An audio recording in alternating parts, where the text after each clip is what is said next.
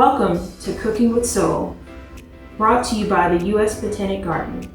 I'm Tambra Raye, and today we are cooking okra and tomatoes. It's a low country classic that we're bringing back to my home and using 5 ingredients. That's what we're going to be highlighting today. When we think about okra, so many different ways in which you can make it. But first, I love making it by just sauteing it. Growing back home in Oklahoma, I grew up eating it fried out and laid to the side. Fried okra was a classic that you'll find. Dip it with ketchup, we're good. But we're not doing that because we're cooking not only for our flavor, we're cooking for our health. And so cooking with soul for me means a combination of love and nourishment coming together in a final meal product. So in this recipe, we're highlighting the 5 ingredients. The main actor is the okra. We also have our tomatoes. We also have our garlic and onion and our peppers. And so when we think about these dishes, all you need is just a little bit of salt and oil to bring it together. Kind of like the glue that brings cohesion together when we think about communities. Love, soul brings our families together.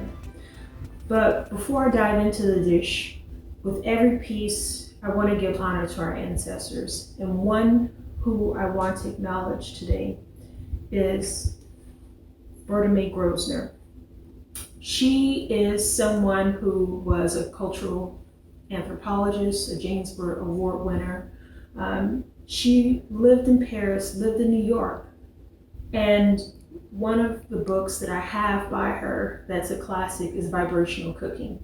And when we cook together today, I want to highlight the importance of what it means to find that all that we need is already within. So yes, you can measure, pull out the measuring cups and spoons, but I really want us to hone in when you think about a dish, especially if you're not baking it. How can you just use the power of your senses to guide you in making a fine, balanced, flavorful dish? And so we will have the recipe posted. I definitely want you to share what your final product is as well. And you can do that going to the social media of U.S. Botanic Garden. And we're going to start with cutting our okra.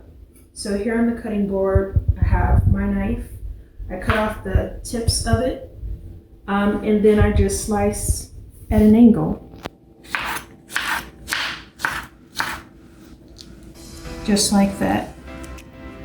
And when we think about why do people not like okra?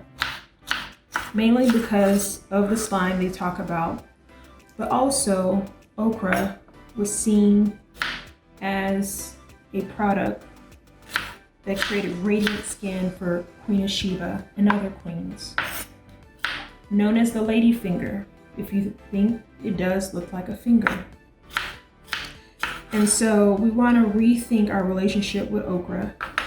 When we make this dish, we'll show you it does not have to be slimy at all. And it's going to be good for you, and you can get your okra at a local farmer's market, which I did when I was down in North Carolina. And then you can also visit your local CSA, Community Supported Agriculture, and get a purchase box of local farm fresh foods that would definitely be a great way to lock in nutrients. And the next step, if you can't get fresh okra at the local farmers market, CSA is the grocery store. And if that still, you cannot find the okra, check the frozen section. So once we cut the okra, we're going to move on to our tomatoes. Now, tomato is a rich source of lycopene, and you typically see also tomatoes at farmers markets, so you can also get that there as well.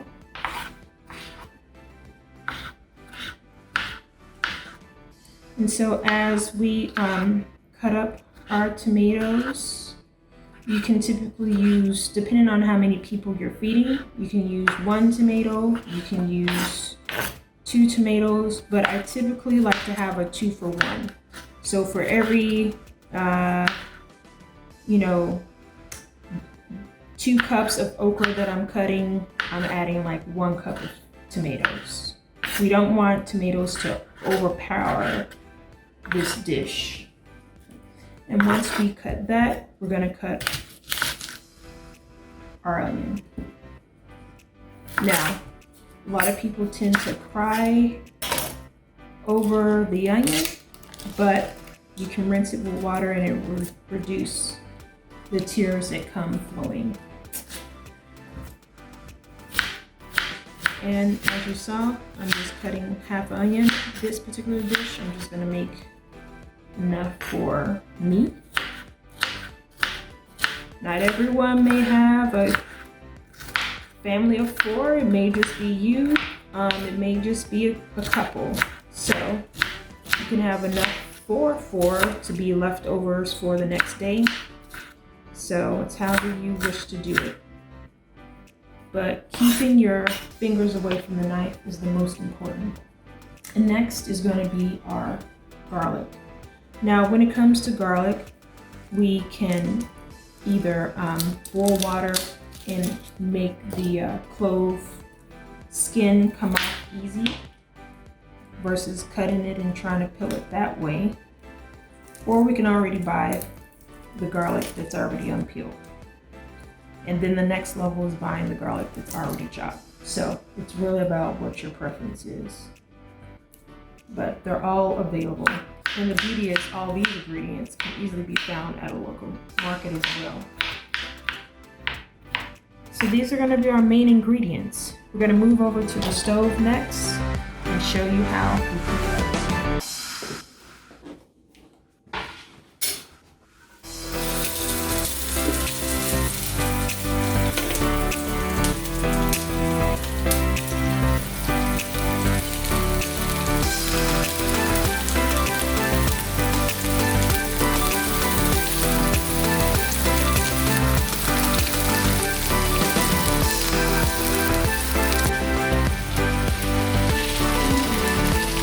So we're sauteing the okra. We are adding the tomatoes to make a flavor pop. We're gonna add a little bit of pink Himalayan sea salt. And I would recommend squeezing some lemon juice. Fresh preferably.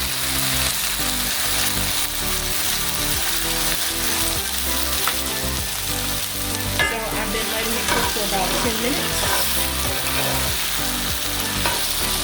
You can put a lid on top of it, and then you'll have to finish it.